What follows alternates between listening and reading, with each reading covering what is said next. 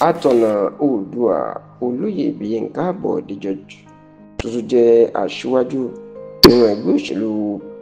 People's Democratic Party PDP lórílẹ̀‐èdè yìí àti ní ilẹ̀ Yorùbá.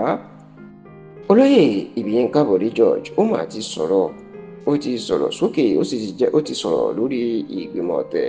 táwọn alágbára tó ń gbìmọ̀ lórí ààrẹ Bọ́lá Ahmed Tinubu láti lé kúrò lórí àlééfà nínú ètò ìdìbò ọdún 2027 tí Bọ̀dé George tó sì ti sọ ọ̀rọ̀ ẹ̀ pé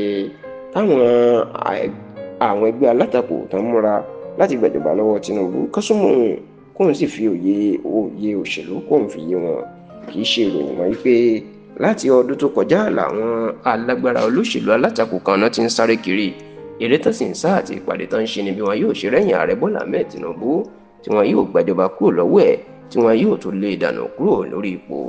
Ọdún yìí wá ní gbogbo ìgbìmọ̀ tẹ̀wọ̀n ló máa fojú hàn nígbà tí gómìnà náà ní ìpínlẹ̀ Kaduna tó ṣe àtìlẹ́yìn gidi fún ààrẹ Bọ́lá Ahmed Tinubu láti di ààrẹ orílẹ̀-èdè yìí lọ́dún 2023. ìyẹn Malam Nasir El-Rufai tó kéde pé òun ò ṣẹgbẹ́ òṣèlú APC mọ́ tó darapọ̀ mẹ́gbẹ́ òṣèlú Social Democratic Party SDP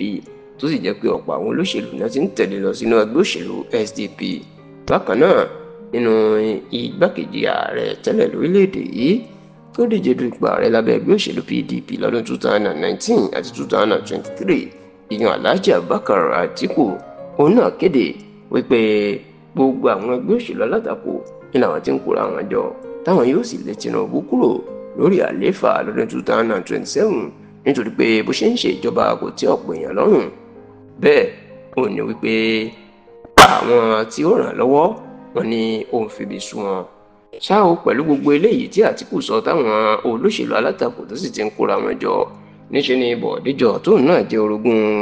Tinubu tóun náà sì máa fi gbogbo ìgbà tako Tinubu ló máa ti sọ̀rọ̀ lórí ẹ̀ lásìkò tó ń ṣe ìfọ̀rọ̀wérọ̀ pẹ̀lú iléeṣẹ́ tẹlifíṣàn Arise TV. Ìní bàbá náà jẹ́ kó di mọ̀ pé nǹkan tí àwọn olóṣèlú alátakò náà ń ṣe ó ní nǹkan tí ó méwu dání tí ò sì tí ì fojú hàn tàbí dájú pé ó lè ṣàṣeyọrí ni. Olóyè Bọ̀dé George jẹ́ kó di mọ̀ pé ìdí tóun fi sọ bẹ́ẹ̀ ni pé ọ̀pọ̀ àwọn olóṣèlú tí wọ́n ń jáde pé àwọn fẹ́ kóra wọn jọ yìí àwọn fẹ́ tako Tinubu ìlú jẹ́ pé púpọ̀ nínú wọn ìlú ó ní èròǹgbà láti díje du ipò ààrẹ oníbásíkò bá wa tó tí wọn ní kóra wọn jọ kán máa bára wọn jà tó sì tó da ẹgbẹ́ rú.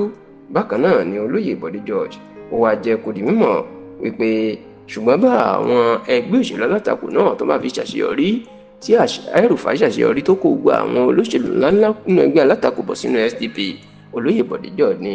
àjẹ́ pé kó pa ẹgbẹ́ òṣèlú PDP nìyẹn o ìyẹn pé ẹgbẹ́ òṣèlú náà